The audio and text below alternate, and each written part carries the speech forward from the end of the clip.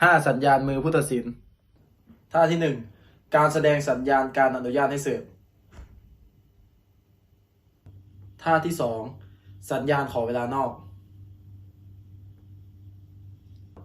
ท่าที่ 3. สัญญาณขอการเปลี่ยนตัวท่าที่ 4. การแสดงสัญญาณการฮัดบอลท่าที่ 5. การแสดงสัญญาณการจบการแข่งขัน